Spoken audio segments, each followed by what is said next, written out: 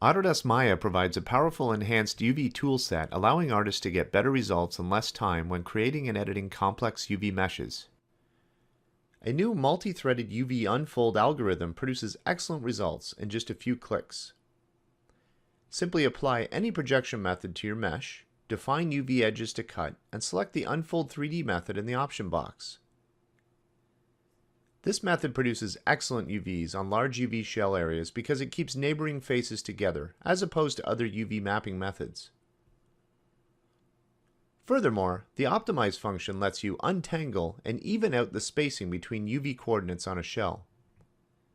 The Distortion shader lets you easily pinpoint UVs that are stretched or compressed. Color feedback lets you visualize distortion errors.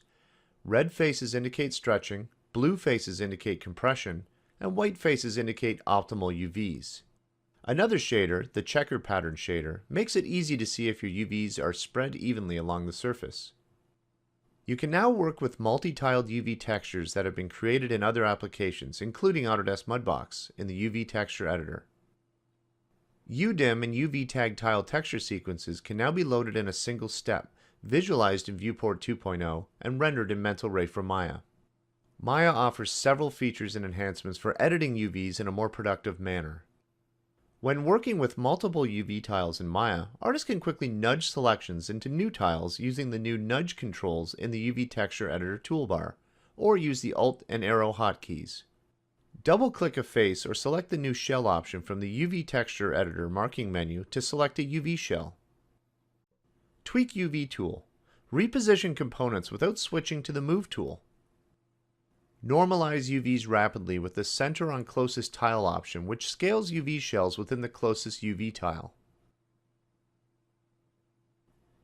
The new Create UV Shell command lets you create a UV shell from a selection of components. Identifying edges that are shared is simple with the Toggle Shell Borders command.